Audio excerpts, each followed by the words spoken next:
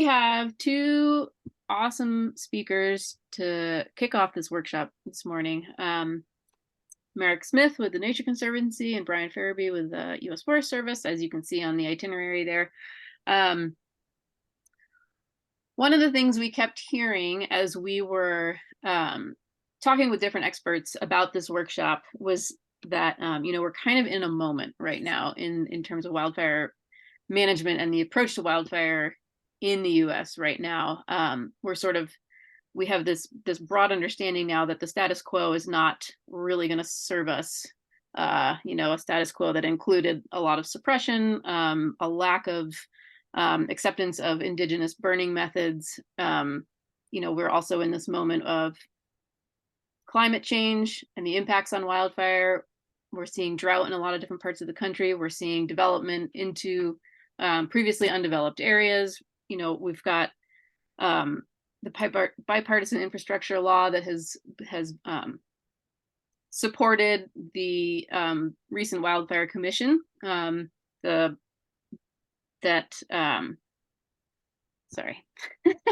wildfire mitigation and management commission that recently was released back in November that included all those different recommendations, which I'm sure you guys have all read if you were covering fire, or you've read at least the salient points of it. And so one of the things we wanted to hear was, from the federal perspective, what does this look like? What does this mean? What is that going to entail with sort of boots on the ground implementation of this? What are the hurdles? What are the challenges? And then we wanted to hear from a little bit bigger perspective of what this collaborative work might look like as people are moving across agencies within NGOs, including indigenous birding practices in a lot of different places across the US. And so that's why we reached out to Merrick, because TNC is doing a lot of work in that space right now and trying to pull all these disparate pieces together and figure out how we can really implement the things that we know we need to do on the landscape now that there is some funding for it. And what is that going to look like and what are those hurdles? So my understanding is, Brian, you are planning on going first. Is that right? That's correct. Okay. And did you have slides you wanted to share? Yes, I do. Okay. I will make you a co-host then. Make Janae Wyrock a co-host. Okay. Let's see. Where is...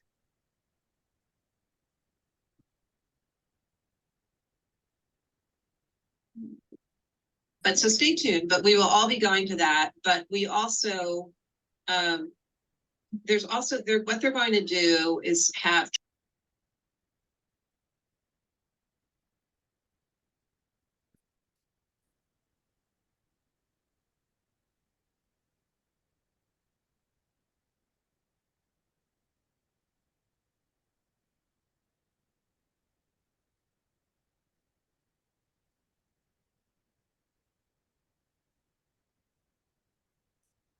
All right. Melissa, do you want me just to go? Sure. Yeah. Sorry, the sound cut out there for a minute and I couldn't hear anybody. So yes, go for it. Okay. So thanks for the invitation. I will kick it off and then Merrick will follow up with me. The Forest Service was a part of the commission, was one of the 38 members. Merrick himself served on the commission for TNC. And so I'm going to let him speak to some of the commission's work and I'll support him in that endeavor. I'm going to share a little bit around the work we're doing around the wildfire crisis strategy, which really we work very closely with the commission, and a lot of the recommendations in the work commission came out with validated a lot of the things that we talk about in the strategy. And so it's really good validation for us who we came out with the strategy in advance of the commission being in place. So I just maybe start off with that context. And so really what I would share in terms of the wildfire crisis strategy, I think what we wanted to do with the strategy is just acknowledge that, our forests in the United States are in a state of a fire emergency. And that's just not national forest, but that's the nation's forest.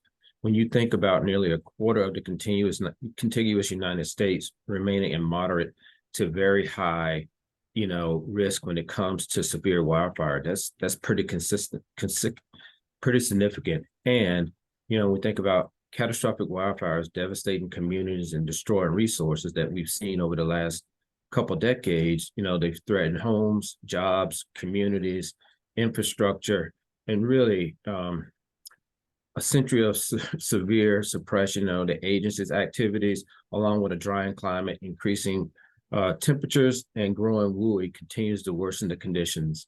So the wildfire crisis strategy really is just a vision of what it will take to change how people, communities, and our natural resources experience the risk to wildfire. It moves us really from this random act of conservation that we feel we've been doing over the decades to a more scientific-based strategic approach. You're using the latest science that assists us really in making very strategic, focused investments and in this case, puts us in places where we have the highest fire risk. And so, a much more strategic approach to trying to address this issue under the wildfire crisis strategy, and maybe how our agency has performed in the past.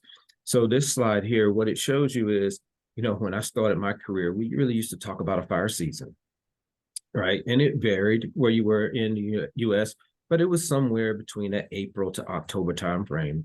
And now, since 85, we've seen our fire season grow almost 3 months. And so now we don't really talk about a fire season anymore. We talk about a fire year. Somewhere in the United States on our landscapes, we are engaging in wildfire throughout the year. Next slide.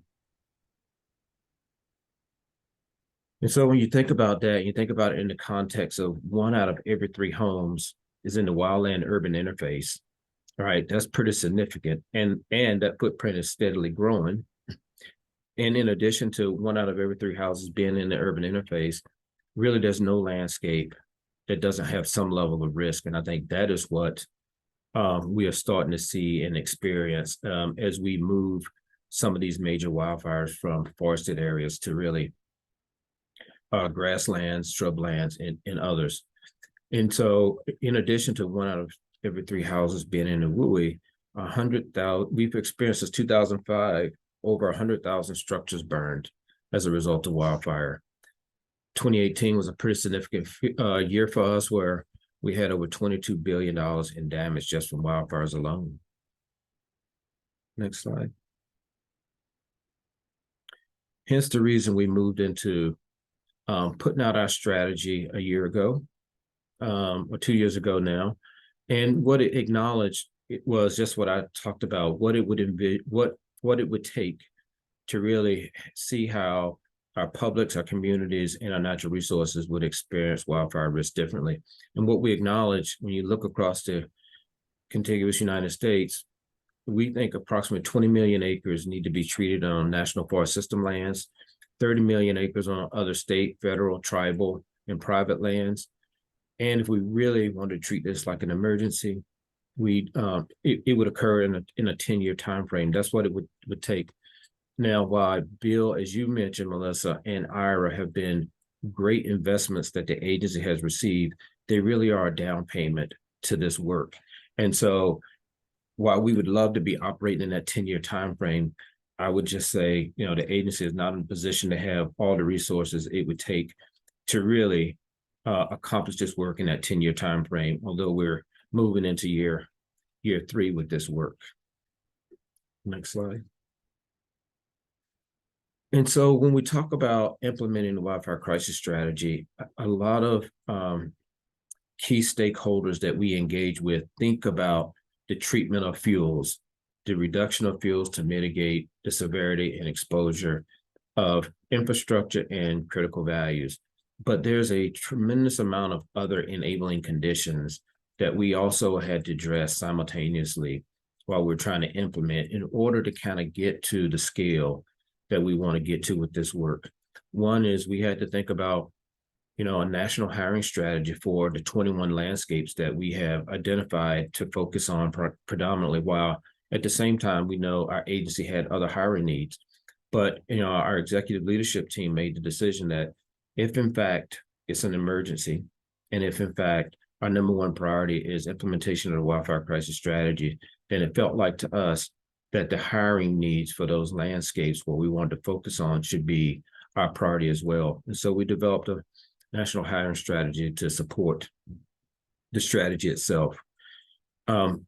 Within the bipartisan infrastructure law, there was a provision in it that gave the secretary the authority to acknowledge and identify a geographical area that's in a state of emergency. And so we have 250 high-risk fire sheds that we've identified in our strategy, where essentially 80% of the risk to communities at risk exists. And that's where we've started our focus. Those 250 high-risk fire sheds, the Secretary identified as in a state of emergency, which allows us to be more efficient and more streamlined when it comes to meeting our requirements under the National Environmental Policy Act, or what we call NEPA. And so what it allows us to do essentially is to go to two alternatives instead of multiple alternatives. We can go to an action, no action alternative. And then it doesn't require us to have an objection period. And so if a member of the public has great concerns with the project, they would have to go straight to litigation.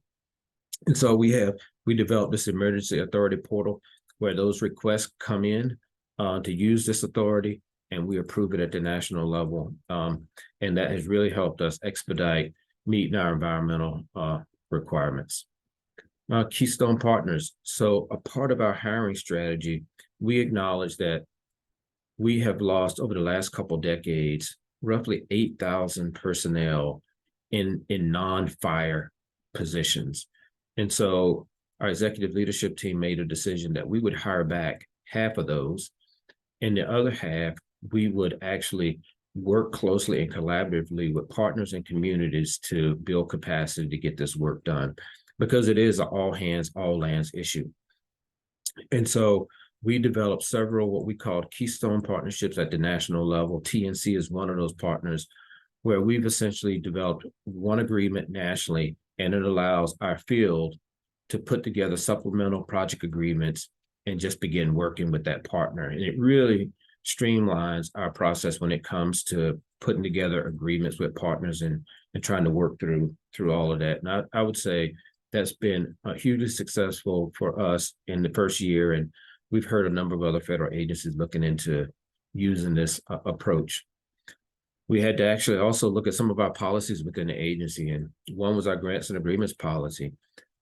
The amount of money that we received in bill in IRA and the amount of money we were going to be passing through to partners was really creating a challenge for partners to be able to match and meet the match requirement. And so our chief made a decision to waive all match requirements when it came to bill and IRA funding, so we could truly partner with our partners that we wanted to, and they could accomplish the work. And so that's also been, a great success story. As a result of some challenges we had with prescribed burning, we had a 90-day pause with our prescribed fire program. And as a result of that, made some policy changes about contingency resources and line officers making decisions. And that's really also helped us in the delivery of our wildfire crisis strategy.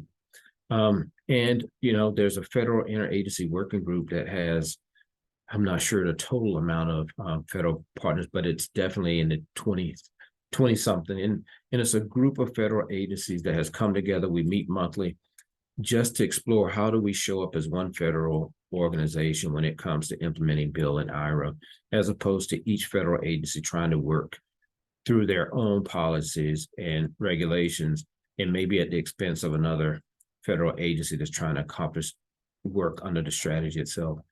And then, as I mentioned, the Forest Service was a very appreciative and supportive policy partner when it came, and participant when it came to the commission. And as I mentioned, Merrick was on that commission. I'm gonna have allow him to just speak to a little bit about what came out of that work. I think that might be my last slide. Oh, one more slide.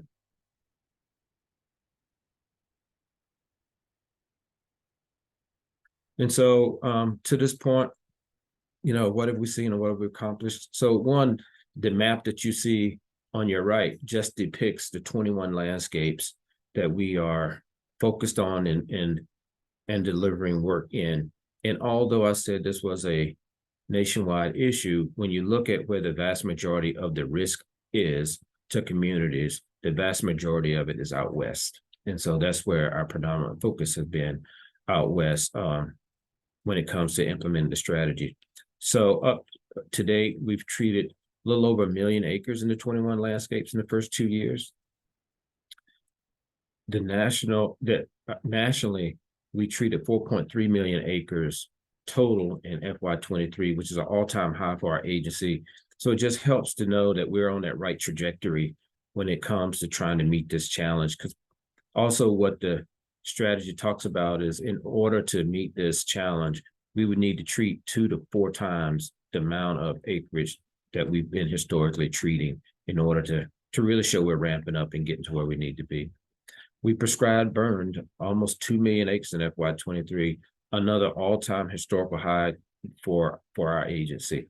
And you know what the science is telling us, while we may mechanically treat a lot of these lands, and it's important to, in order to really get those lands back to where we need them, both in terms of mitigating exposure to communities, but also ecologically, that prescribed burning and or managing natural wildfire is going to be critical to getting these landscapes where we want to be. And what this work really translates into is really trying to mitigate exposure to really over 550 communities, 1,800 watersheds, and 2,500 miles of power line as an example. You know, we're expecting to invest more in these 21 landscapes in FY24 and excited about the work that they'll be doing. And as we try to also continue to wrap up to that 5 to 6 million acres nationally. So, you know, thank you for the opportunity to just share a little bit about the strategy, some of the highlights of it, and I'll pass it on to Merrick.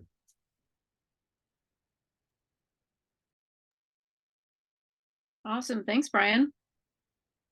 Let's see. Merrick, are you there?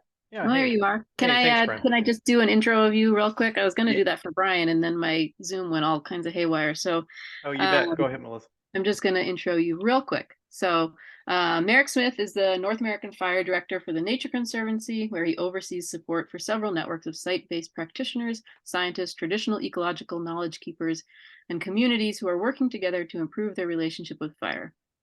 Merrick's team leads the TNC North America Region's Living with Fire Priority Strategy and administers Phase 2 of the Promoting Ecosystem Resilience and Fire Adapted Communities Together, or PERFACT program, the cooperative agreement between TNC, the U.S. Forest Service, and the Department of the Interior.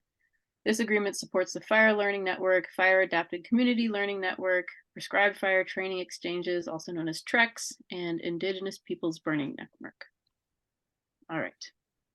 Awesome. Well, you did a much better job than I did, Melissa. I am going to share a slide deck as well. Okay. And you can make me co-host if you want.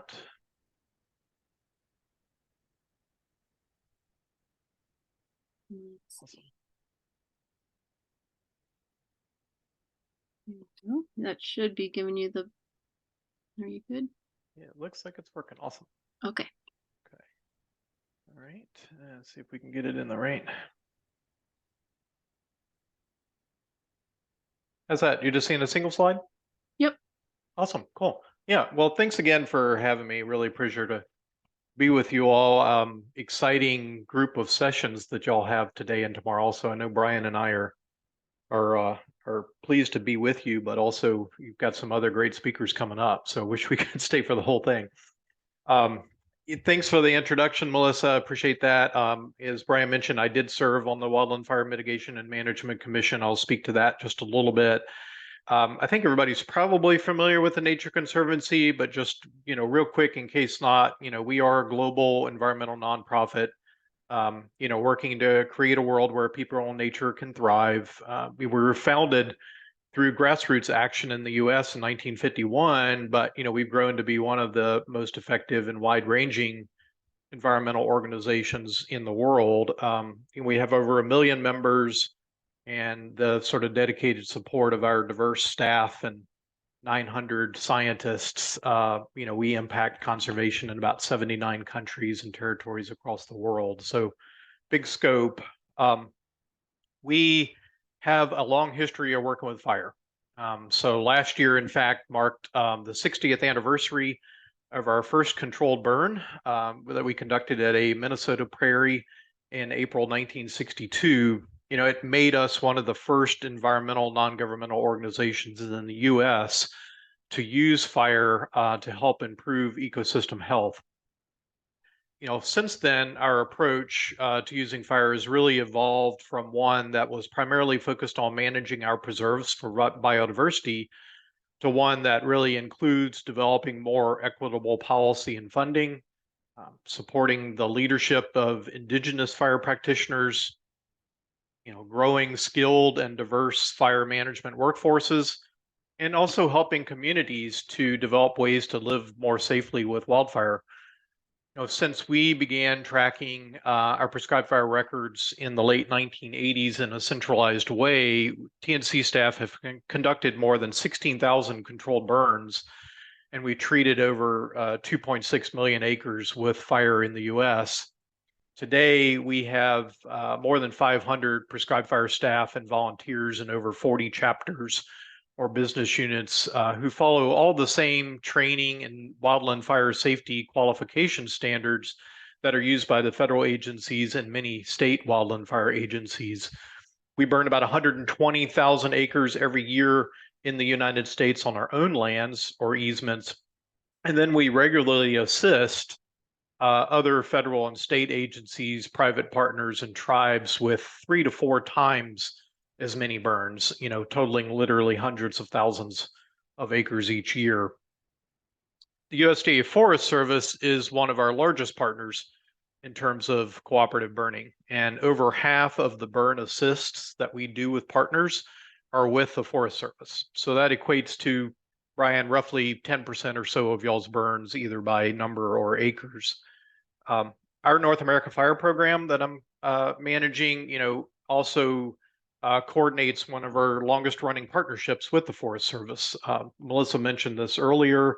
It's a partnership that dates back to the National Fire Plan over 20 years ago, and it supports the fire networks. That's the Fire Learning Network, the Fire Adaptive Communities Learning Network, the Indigenous Peoples Burning Network, as well as the Prescribed Fire Training Exchanges, our TREX and our Women in Fire, or WTREX programs.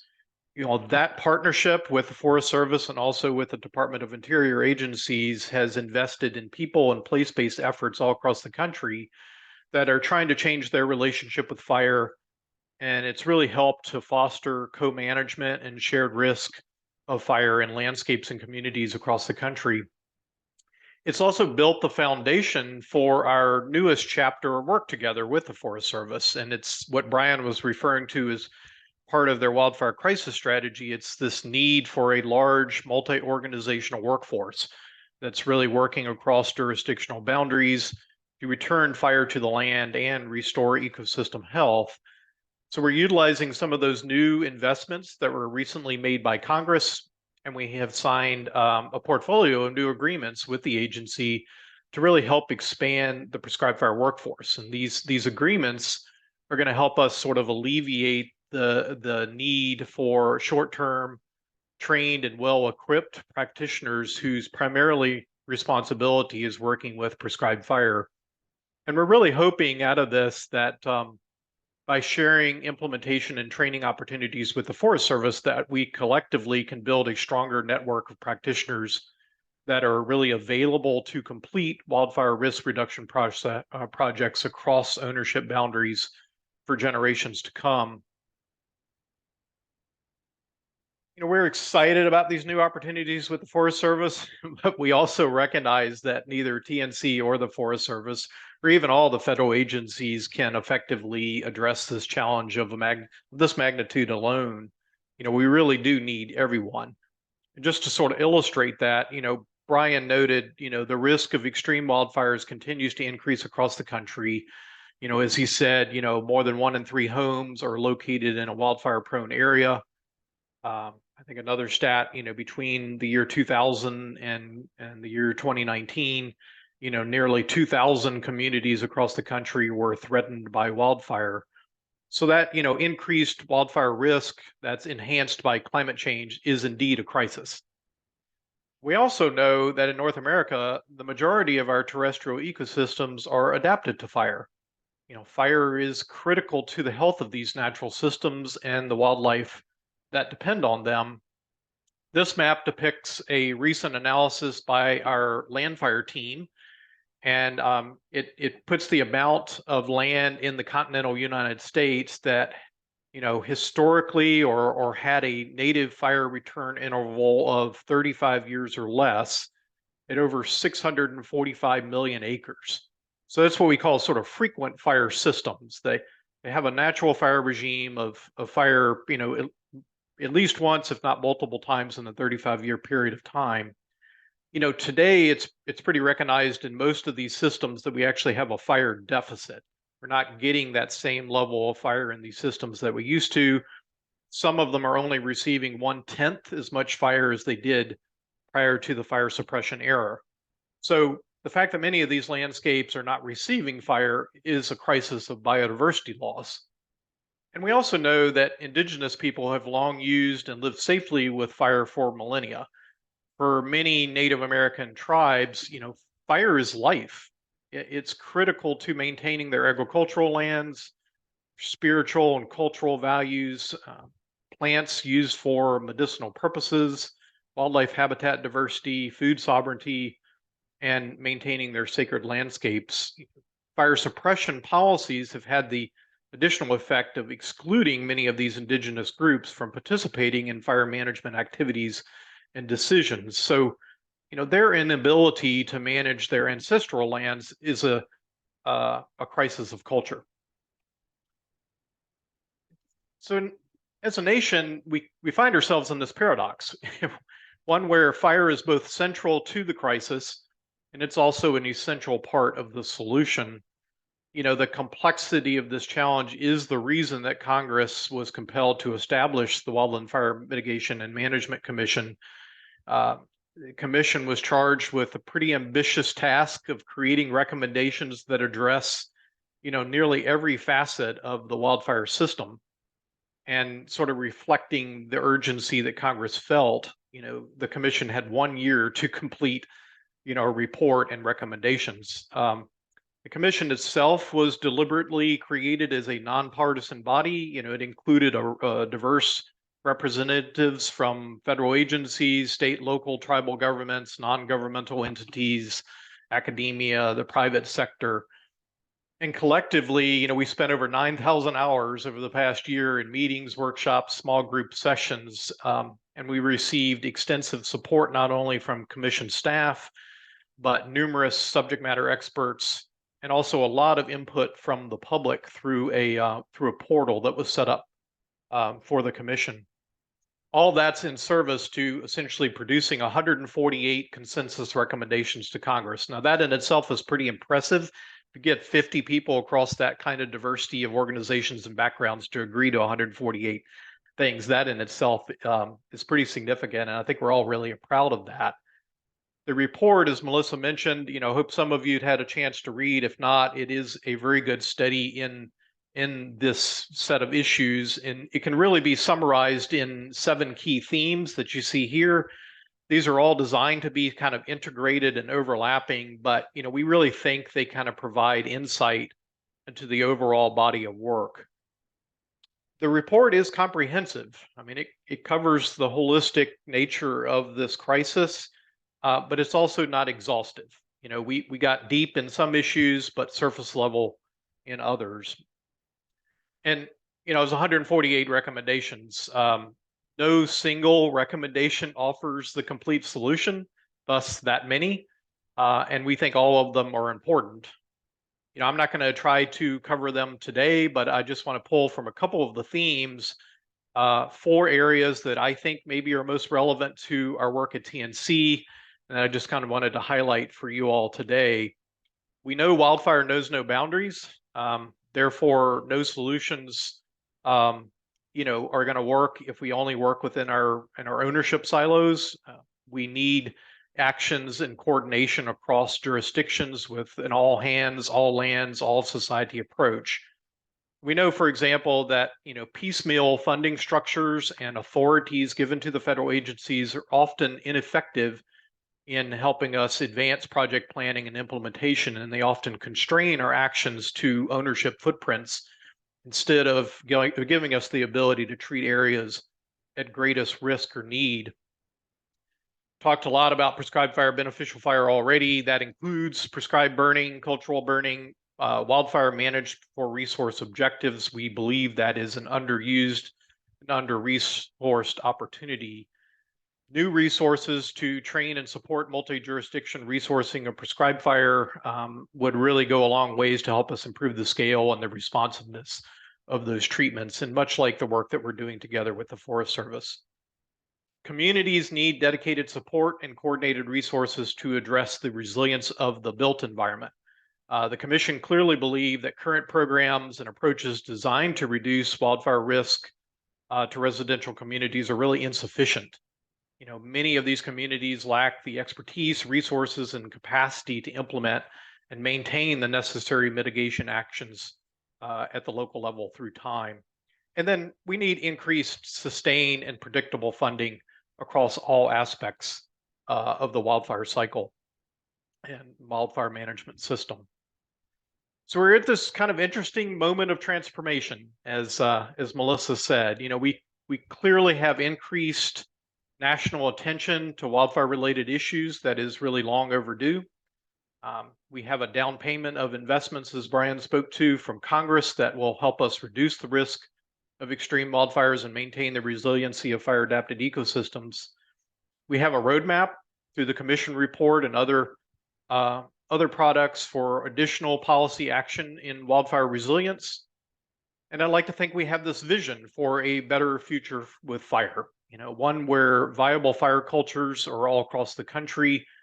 It's a vision where landscapes and communities are resilient to wildfire, you know, where fire once again plays its fundamental role as an ecological and a cultural process, where communities are empowered and prepared for wildfire, where the workforce welcomes diverse viewpoints, skills, and life experiences to address the complexity of the challenge, and one where people who live within and depend on these fire-adapted ecosystems, you know, they all have a role and a voice.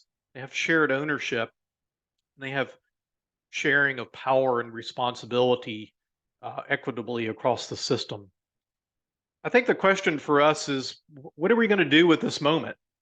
You know, Brian and I have both offered a few suggestions today. We're just two voices. You're going to hear from a number of other people later today and tomorrow. What are the stories that we're going to be able to tell from all this during this moment that doesn't let all this hard work and lessons get lost? You know, how are we going to tell the success stories that transpire and unfold over time frames that are far longer than the daily news cycles and political cycles? How are we going to translate those stories into efforts that need to span decades and generations? You know, we know that building culture, building resilience is an ongoing process, and we're all going to have to be committed to this to the long term. So how do we work with a sense of urgency and at the same time have patience? I wanted to leave you with just a few resources. Melissa's going to have the slide deck so she can share after the session today, but a few links that may be useful to you or that I have mentioned throughout my talk or Brian's talk. And then I know Brian and I will be glad to take any questions you have. And again, just really want to appreciate you all for being here, and for Melissa and Dave and the Institute for inviting us today. Great. Thanks, Merrick. That was fantastic. I think we're gonna dive into questions here. I do want to read Brian's bio real quick, since we didn't get to do that before, and it would be helpful if you all know who he is. So Brian Farabee is a Chief Executive of Intergovernmental Relations for the U.S. Forest Service, where he works with state and local governments on better coordination and implementation strategies in federal forestry policy. He began his career as a wildlife biologist for the Emmett Ranger District within the Boise National Forest. He served as regional forester for the Forest Service Rocky Mountain region before taking on his current role. Okay, now I feel better about that. All right, so as we mentioned earlier, protocol for asking questions is to just say in the chat, I have a question, and then we will go in order. We don't do the little yellow hand thing. So Laura, you are first out of the gate. Hi, everyone. Thank you so much for the presentations. I already feel like I've learned so much. So I am in New Mexico, and clearly with the 2022 fire season, we have a lot of issues with trust. But even predating that, there is a fraught relationship between a lot of communities in New Mexico and the Forest Service that goes back, uh, over 100 years.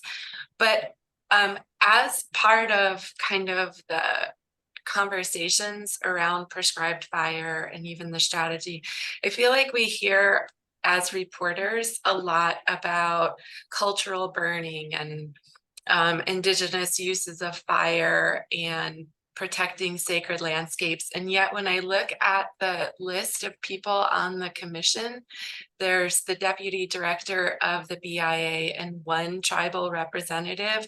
So I'd really like to hear a little bit more about how tribes, tribal governments, tribal elders, tribal leaders are actively involved in this process and decision making at the table, because that's clearly super important nationwide, but particularly here in New Mexico. Thank you. Yeah, I mean, I can speak to tribal involvement at two levels. So let me just first start at the national level. Thank you for the question. So at the national level, we hosted, even after we put out our strategy, we hosted, I think it was close to 12, 15 engagement sessions with externals and employees. Because although we put our strategy out and it was focused predominantly on mitigating exposure to communities, we wanted to hear what else, what other values, what else we should be thinking about in the context of the strategy to actually just improve and to perfect the strategy. And so as a part of that engagement effort, we actually developed agreement with the Intergovernmental Council led by tribal nations. And they actually hosted 6 different sessions, I believe it was, for us, where we just had the opportunity to talk specifically to tribes, specifically get tribes understanding and perspective when it came to the strategy itself. And so as a result of some of those engagements, we brought forward to look at where all tribal nation lands, for instance, are on the landscape and how they match up with some of the high risk areas. The other piece of information we also brought forward from those engagements was other just socially vulnerable communities and how should they be factored into the prioritization of work on the landscapes. And so those engagements very much helped inform the second round of decisions we made with where we went with investments. And then at the local level, all of our landscapes that are in or near proximity to tribal lands have them engage very collaboratively in the process with where they actually go with projects on the landscape and how and where they use that traditional ecological knowledge and how that influences and affects our burning. And so at a very national level and at a very local level, those are 2 places where we have tribal engagements, and we are constantly engaged with them on a number of different fronts. And then we also just did consultation with tribes when it came to just implementation of Bill and IRA, the laws that passed. So I hope that helps. Thanks, Brian. Hey, Laura, love your question. Thanks for that. Just add real quick to Brian's comments. On the commission, we did actually have 4 members that were, indigenous people or members of tribes. So you're right, there was 1 seat that was made for tribal governments. There was actually a primary and an alternatives representative in that. We had the BIA agency rep, and there was actually another tribal member representing another seat title. So not necessarily obvious from looking through the roster. Now, I'd argue that's not enough out of 50 members, but we did have some pretty good representation. The other really benefit in the way that the commission was set up is that we had an opportunity to really work with a number of other outside subject matter experts. And there's really one fascinating collaboration that's going on now called the Fire Gen Collaborative. And it's a collaboration of essentially youth or emerging leaders in the wildfire space. And a number of them are indigenous or members of tribes. And I think one of the most powerful subject matter expert sessions that I watched as a commission member was actually hearing from those next generation practitioners. Many of them were exactly talking about cultural burning and revitalizing their culture of fire in their place, which is, I think really inspiring to the commission members. The other quick thing I'll mention is the partnership, the fire networks that we coordinate with the Forest Service and Department of Interior agencies. One of those networks is the Indigenous Peoples Burning Network, which is made up of tribal communities across the country. So we're actively working together. There are 10 pueblos in New Mexico that are part of that network. And in fact, they just had their annual meeting in Santa Fe last month. So really exciting to be a part of that and trying to see what we can do to really support the leadership of Indigenous fire practitioners. Awesome. Thanks, Merrick and Brian. Murphy, you're up next. Hey, thanks. Yeah, I had to miss part of Brian's for an editorial meeting, so I'm sorry if this was addressed during his presentation. But yeah, I mean, it seems that there's just like a rising scientific consensus about the importance of putting more fire on the ground through prescribed burns and other similar practices. But you know, I do think that much of the public is not there at this point. I think our friends from New Mexico, you know, certainly have a sense of the very fraught political nature of prescribed burning.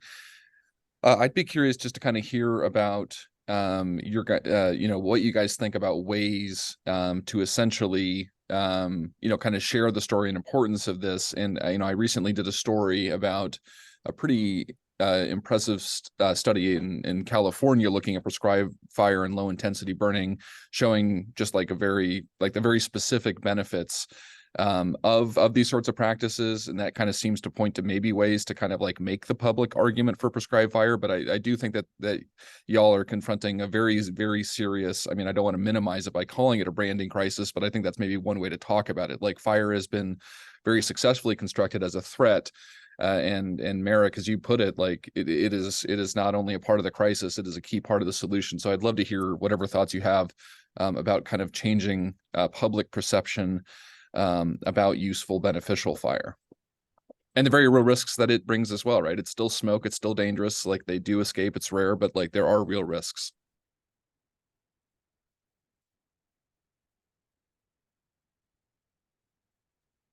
Merrick, I don't know if you want to go first or you want me to go first. Can keep tag teaming. You go, Brian. So, yeah, I very much appreciate the question. I think there's at least two parts to it in my mind. One is helping people understand the value need for prescribed fire. I think the other part of it, though, is to build trust as well, and to be transparent with the public. As you indicated, there is a level of risk, even though we are successful way more times than we're not. Just having the public understand there is a level of risk is also, I think, a part of that building trust and being transparent. And so I think we have stepped into the space of really helping our publics, both with our tribal partners and with our scientists, to help people understand the benefit ecologically to prescribed burning and the importance, given how many of these landscapes have evolved with fire. And also to really mitigate exposure to the degree that I think many of our publics would like us to. Fire is that essential, prescribed fire is that essential tool to help get there. I think, and so it's one of those things where I think we have to constantly look at this as a campaign, right? It's just not a one-off conversation, or it's not a conversation with a subset of our constituents. It is a constant conversation and engagement, and really help in understanding where people find themselves with respect to the issue. And as you indicated, not only is there a risk associated with a possible escape, but also the smoke impacts. And here again, just being transparent, acknowledging those. And actually, we are doing some work with our scientific community right now around the effects of prescribed smoke versus wildfire smoke and trying to tease that out to help people better understand the value and importance of us doing this work in a more controlled setting than an uncontrolled setting. And then lastly, to you all, I think you all could help us in that space, continuing to help people understand the value and importance of that tool, given the platforms that you all have and the audiences that you have. But I would share. One of the key words Brian used, engagement, I think is so critical. Oftentimes we think about it in terms of sort of like an education campaign or communications campaign, and I think it's really more about engaging the community. You know, what's the saying? All politics are local, all fire problems are local, and so engaging the community that is at risk, that is in need of fire, and being a part of that community, I think is just so critical. And that's how you fundamentally build culture. And we know trust and relationships are all part of building culture. One thing in the Forest Service's own social science staff have shown this: the public can distinguish between good fire and bad fire, and they recognize the need for the beneficial role for fire. But at the same time, like you said, Murphy, I mean, people are concerned about smoke and they're concerned about escape. So those are real issues, but people can, relate and understand the need to put beneficial fire on the ground. And we find that time and time again when we do these sort of, local surveys and studies, that people do make those distinctions. So, we have the opportunity, but just I think the increased engagement, as Brian said, is just really key.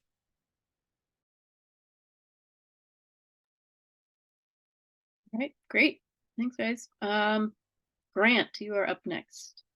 Hi, I had a question for Merrick. So I live here in Oregon, and when you drive through the state in rural parts of the state, the prevailing theory about how to quash big destructive wildfires is to log as much as possible. You probably heard the phrase "log it or let it burn."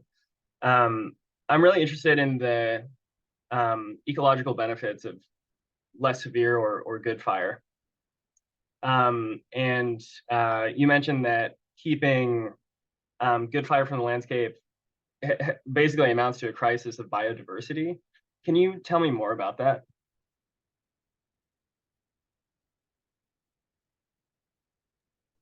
Hey, Grant, thanks for that. Yeah, we have a lot of good colleagues in Oregon. So you've got a great example in this issue, and you may not think about it as a great example, but the bootleg fire from a couple of years ago, some devastating impacts from that fire, but also some positive stories about how we can change fire behavior through a combination of actions. And so, there are places where ecological thinning is needed, where we can go in and we can remove some of the trees. In many of those cases, we need to come behind with fire, or we fundamentally need to get fire back into those places. And so there's some good examples there out of that bootleg fire of where some of those treatments that had been done prior to the wildfire, really changed the fire behavior and made a real difference on the ground for the firefighters. It gave them an opportunity to change their tactics in terms of how they were managing that fire. And it also really helped to mitigate some of the effects from higher severity wildfire in many places, including our own Sycan Marsh Preserve, where we had done a number of those treatments. So the combination of those activities can be beneficial in many places. But I'll pivot to your other question about the crisis of biodiversity. Brian mentioned this too. We tend to think a lot about this crisis being around forests and solutions being around trees. But we have a lot of other habitat types out around this country. You saw the map that I put up earlier. We have a lot of fire-adapted grasslands, fire-adapted shrublands. A great example of biodiversity loss is in the Great Plains, where we have had a lack of fire in those frequent fire grassland systems over decades, and we're starting to lose our tall grass prairie. And we're losing all the composition, both grasses and forbs, that are made up of those prairie because we don't have fire that is continuously keeping them open, keeps them, being encroached from trees and other shrubs. But then at the same time, it also adds a lot of nutrients to the soil and builds a very, really deep rich, diverse soil that's needed for those prairie systems. So fire is a fundamental ecological process there, and without it, we start to see the loss of the system and the loss of many of the, species that go along with it. The Southeast, where we have a culture of fire, where we have been burning for decades, where there is, I would say, much more greater public acceptance of prescribed fire and burning. Another great example of without fire in longleaf pine, we would not have been able to recover the red-cockaded woodpecker, which is dependent on that species of pine tree, which grows in savannas with a wiregrass understory or ground cover. So just a couple of examples of where fire really plays that fundamental role as an ecological process. Thanks, Grant, for your question. Great. Was somebody else asking something? No? Okay, Eric, I think we're up to you now. You've typed your question in the chat bar, but if you could just say it, that would be great. Yeah, hi everybody. So a lot of my question has been answered, but if we go back to prescribed burns in the Forest Service and Brian, what happened in New Mexico, you mentioned there was a pause. I mean, what's changed specifically? What is the Forest Service doing now that they didn't do before that fire in New Mexico? And then the second part is how does technology playing a role? I've seen besides drones for surveillance, which everyone uses, are there initiatives maybe with some of this new money out of Washington to use technology to either help response or to get ahead of things? I wonder if you could address that, and also Merrick, if you want to address the technology. Yeah, thanks, Eric. I appreciate the question. So as a result of the escape fire, prescribed burn, we did a 90-day pause. And I think what we learned from that and what we've changed from that is some science that we had used for many, many years to help identify kind of prescribed burn parameters needed to be updated in light of what we're experiencing now with climate change and other things. So that was one piece. And so what we've done as a result of our learning is, one, we've acknowledged now that we have to have contingency resources, which is backup resources when we're doing prescribed burning within, I think it's 30 minutes of the site, right? Just in case we experience some unfortunate situations that get us out of the prescription, right? So before, we would be bringing resources from hours away, contingency resource from hours away, and we're no longer comfortable with that given the conditions we were seeing. We would also sign burn plans or approve burn plans, sometimes days or weeks in advance, and now the local line officer has to sign that burn plan the day of the burn itself and check conditions and be, and if it's a fairly complex fire, the line officer has to also be on site for the vast majority of that burn, which was not the case in the past. So they can be present and understand what's going on and make decisions in the moment if that requires. So those are just some of the changes that we've made.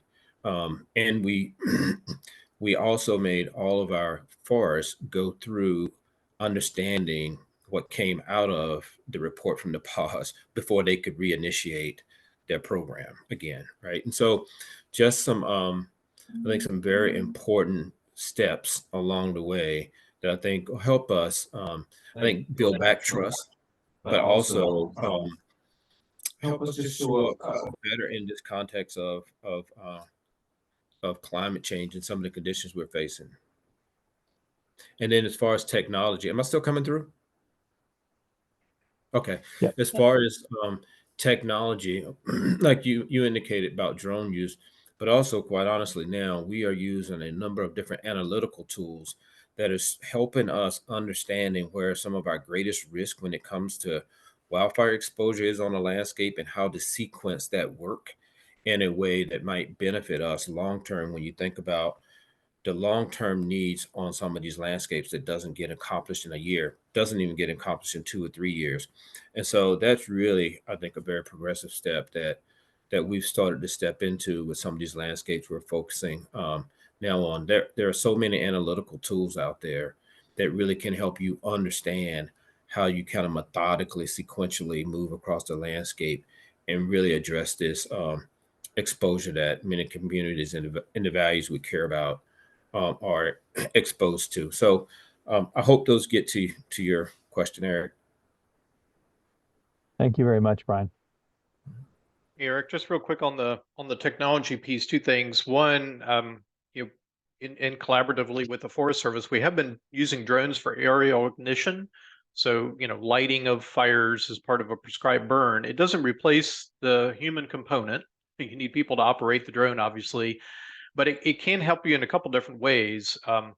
You can use the drone to access areas that might be more remote or not as safe for our people on the ground. So it really helps in some of that difficult terrain and being able to sort of light some areas there. It can also help in sort of, we call, you know, creating a black line, you know, so basically prepping a larger fire line. A lot of times we'll go in the day before we're planning the larger burn. We'll use the drone to sort of just build out that fire line and it lights some areas along it. And then the next day you can come in and light more of the, you know, interior of the unit. So it's been a pretty effective tool. And then the other thing is we may not think about this as technology, but if we think about this as an alternate form of knowledge, traditional ecological knowledge or knowledge held by indigenous people is really critical too. Like we've been learning a lot of techniques of different times of day to burn, like burning at night, burning under different conditions that can help mitigate the humidity and make the fires less severe. And a lot of that's coming from, you know, from cultural practices. You know, again, just working side by side and learning from one another is really critical. Thanks a lot. Appreciate it. Thank you. Josh, you are up next, and feel free to let our speakers know where you are, where you're based, and who you're with. If you would. Okay. Hi, Brian. Hi, Merrick. Thanks for the chat. That was really fascinating stuff. I got a couple questions for you. My first one would be for Brian. I'm up in Canada, and we've seen a few fires over the past couple seasons that have crossed the border, either from Canada into the States or back and forth. I'm curious, you touched a little bit on, you know, interstate coordination. What level of coordination between the Canadian government and the American government when it comes to sort of managing our shared forests are ongoing? And I guess, what are some of the challenges you're seeing on that front? I wouldn't necessarily. So thanks for the question, Josh. Great intergovernmental sharing of resources between us and Canada. I would say if there's a challenge, I wouldn't say there's many. The challenge would be is when we get to real drawdown numbers and there's just not enough resources to accommodate being in places where you're having major wildfires across everywhere. So Canada had a pretty significant year this year. The United States had less of one this year. We were thankful for that. And so I think we were really able to show up and support Canada in a way we would traditionally love to. And so I think the pinch point always gets to when you have limited resources and you have to start rationing those resources in places where everyone feels they need more, right? I think that's more the challenge that we would face. But I would say just great government-to-government relationship, have structures in place and systems in place to easily move resources, have been doing it a long time. And so it tends to work pretty well. And when it comes to managing, you know, the way we manage our forests on the north side of the border, are our approaches similar? Like, is there, as the U.S. adjusts to this new reality of forest management, is Canada following suit? And, you know, are there any concerns that maybe we're lagging behind or we're taking different approaches and that's making things harder for both of us? You know, I'd have to just say, Josh, I have not heard and not that aware of, you know, management objectives and strategies when it comes to vegetation management in Canada. And I've not heard anybody comment on it. So in reference to how we manage, which is, very different in different places across the United States. I wouldn't be in a position maybe to answer that question. Okay, thank you. And then I did have a question for Merrick. One of the things we're seeing up here is, and you touched on it a little bit, local people, when there's fire in their on the landscape around there where they live, they really want to be involved in addressing it. You touched on that a little bit. I'm curious, where do you start when it comes to involving, local residents in fire management efforts? Yeah, thanks, Josh. I'm going to tie your two questions together because I wanted to say one thing on your first question. So from a non-governmental side, one thing that we've been doing between the U.S. and Canada, or our work here in the U.S. and Canada, is a lot of training, cooperation on prescribed fire training. So I mentioned earlier, we do these prescribed fire training exchanges and women in fire training exchanges. We have been hosting some of those in Canada. So there was one in Canadian Prairies Treks and based out of Saskatoon back, in the fall, for example. Bring practitioners from both countries as well as other countries together. We've had a lot of Canadian fire practitioners come to these training exchanges in the US as well. So nice cross-pollination in training.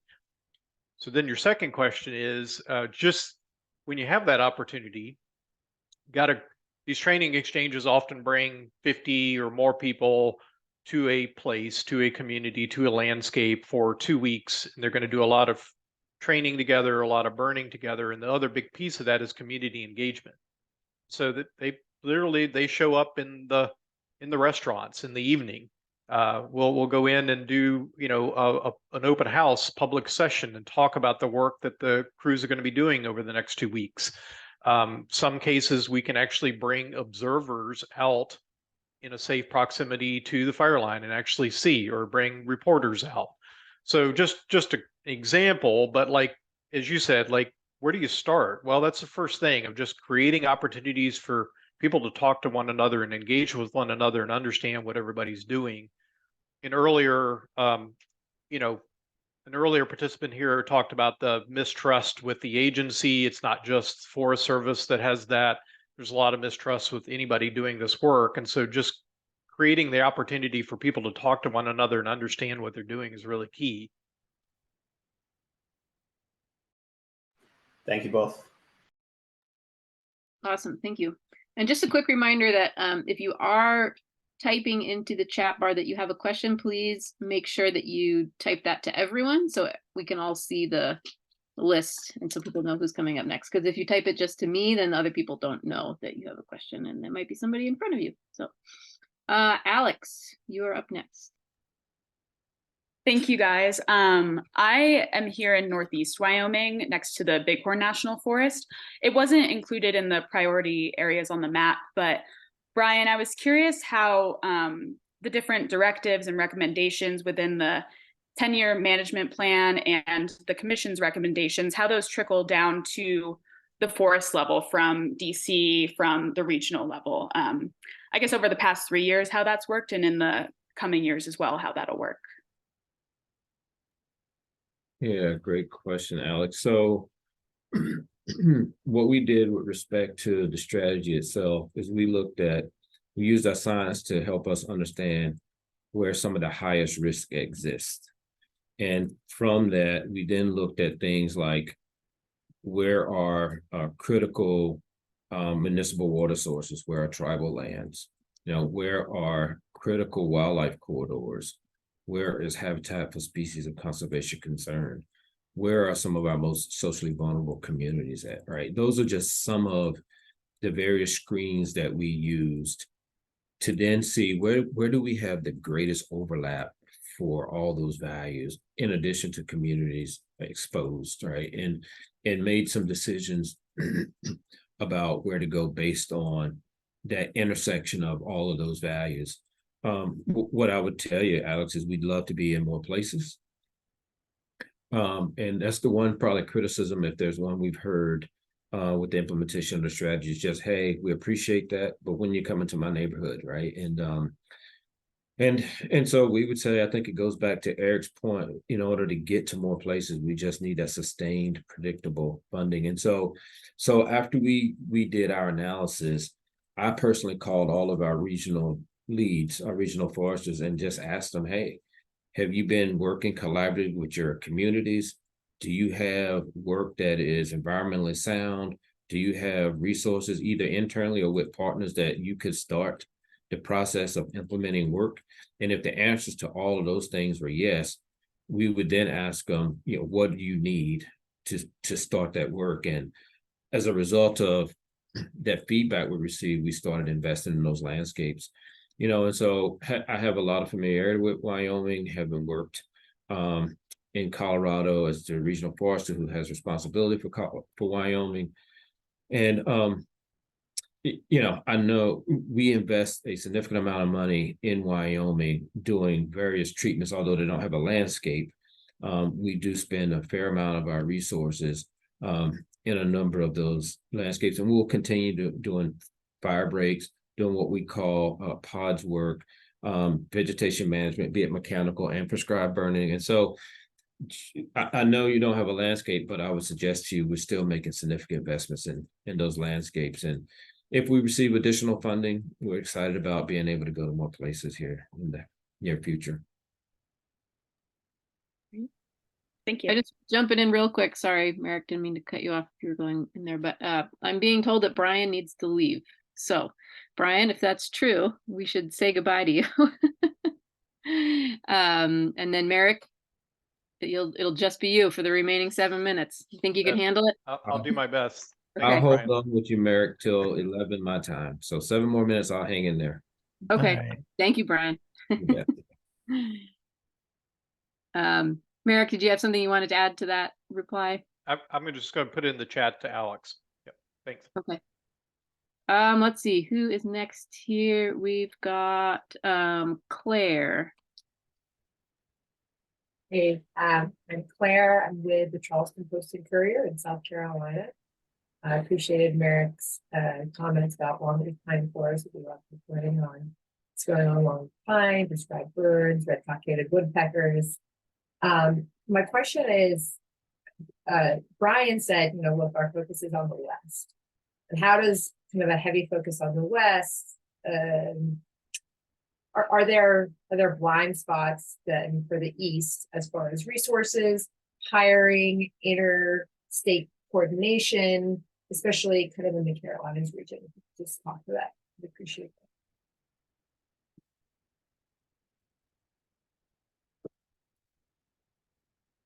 that. Thanks for that question, Claire. I'm not so sure I would call them blind spots as much as you have to make some strategic decisions about where you invest your limited resources, right? What I would say is, although our focus is primarily out West when it comes to mitigating exposure, when it comes to maintaining landscapes, our focus is in the Southeast.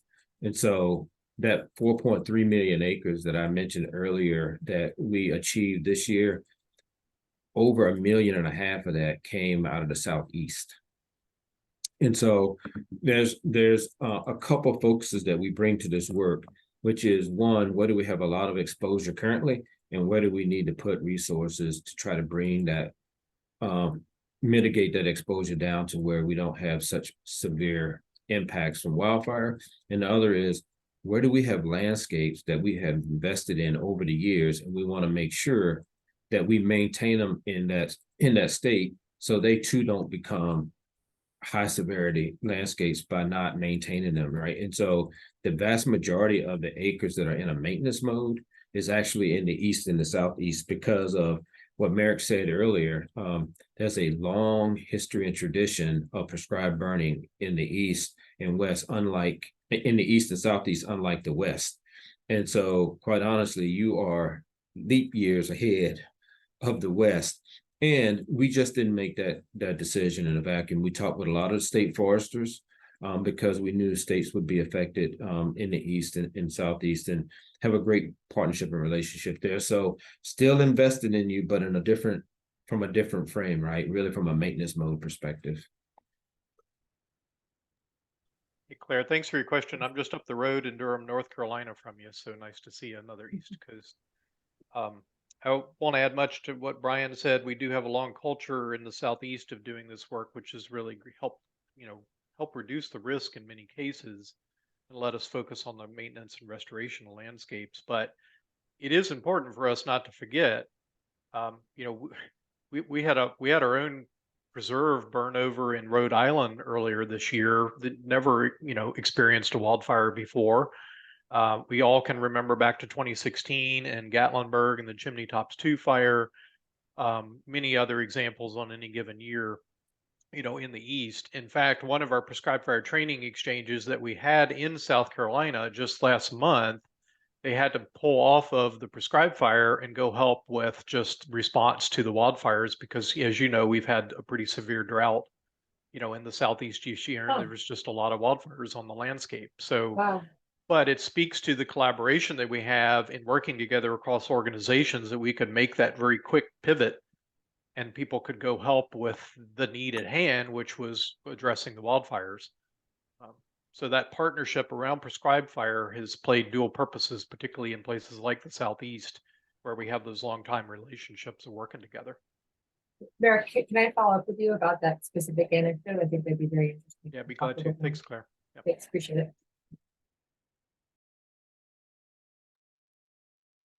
All right, Lindsay is up next.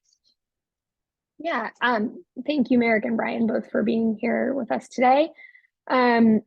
We've talked a lot about what we can do to reduce risk, but of course we can't completely eliminate it. So I would be curious to hear your thoughts on what adaptation looks like, particularly for communities in the wildland-urban interface, and whether there are any adaptive strategies or practices that you think have promise.